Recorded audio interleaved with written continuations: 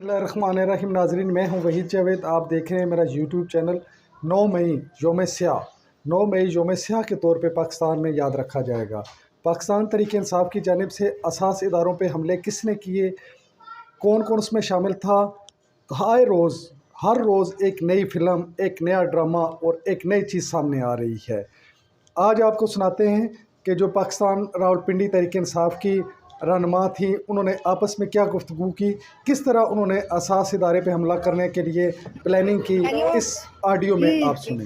Net of हुआ वैसे ना, सारे नेट ऑफ है। मैंने तुझे कहा फिर मुझे शांति ने कल दी कि कोई भी न फोन का चल रहा है ना कुछ चल रहा है। तो अब ना GHQ पहुंचना है। GHQ ठीक है, निकल आई हूँ क्योंकि मैम कवल निकली हुई है, तो मैं निकल आई हूँ।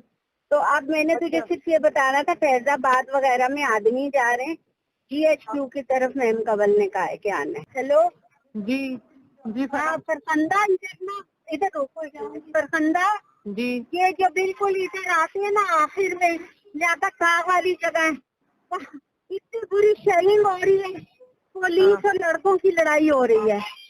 अब वो कह रहे हैं कि सदर जाने का कोई रास्ता नहीं, उन्होंने सारे रास्ते बंद किए। मैं एक्सप्रेस वे भी देख आई हूँ, ये भी देख आई हूँ। अब मुझे बताओ क्या करना है। फैजाबाद में राशिद हफीज है, शफीक है और समाविया है।